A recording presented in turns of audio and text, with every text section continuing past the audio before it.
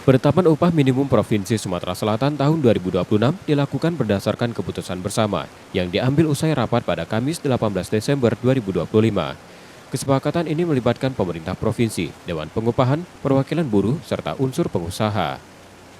Melalui keputusan Gubernur Sumatera Selatan nomor 963 tahun 2025, UMP Sumatera Selatan 2026 ditetapkan sebesar Rp3.946.963.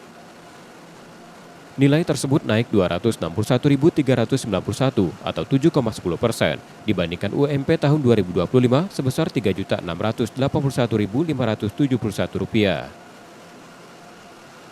Selain itu, upah minimum sektoral provinsi pada 9 sektor turut mengalami kenaikan sebesar 7,10%, dengan rata-rata upah berada di atas Rp4 juta.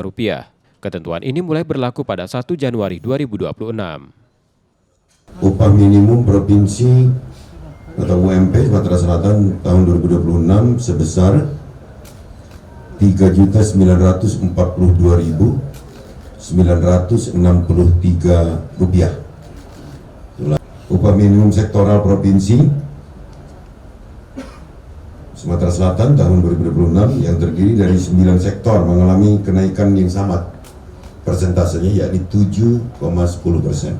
Jadi mudah-mudahan dengan adanya ini akan menambah kesejahteraan bagi para buruh dan kenyamanan bagi para buruh dan keluarga, serta para investor, para pengusaha, para pelaku usaha juga tidak begitu terbebani dengan adanya kenaikan yang sangat proporsi ini.